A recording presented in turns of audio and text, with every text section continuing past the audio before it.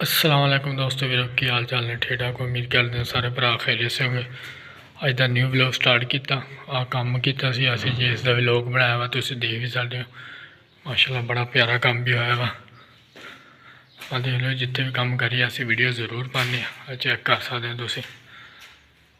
अगर तुम्हें मेरा व्लॉग अच्छा लगे करे तो लाइक शेयर जरूर करके जाया करो। आ चेक कर सकते हो उतले बनेरा आते तो सारा कुछ असी किया है। क्योंकि कई लोग कह देंगे ना कि यार ये करे पट्ठे वाले करे। देखो यार मैं रंग के व्लॉग भी बनाना वा।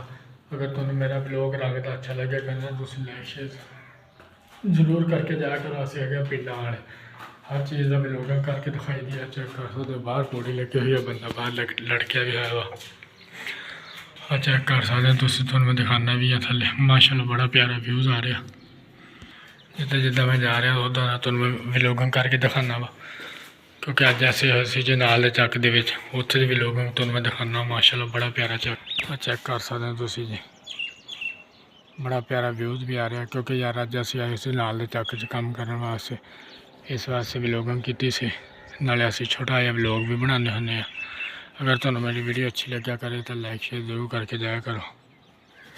क्योंकि यार कई दोस्त कहने तू रंग का व्लॉग ही बनाना यार किसी चौक के मशहूर नहीं होंगे वीडियो पा के मशहूर होवगे मेहनत करके मशहूर होवगे। देखो दोस्तों अज भी असी मेहनत करते हैं कल भी मेहनत करते हैं इंशाल्लाह करते रहेंगे जो मर्जी हो जाए।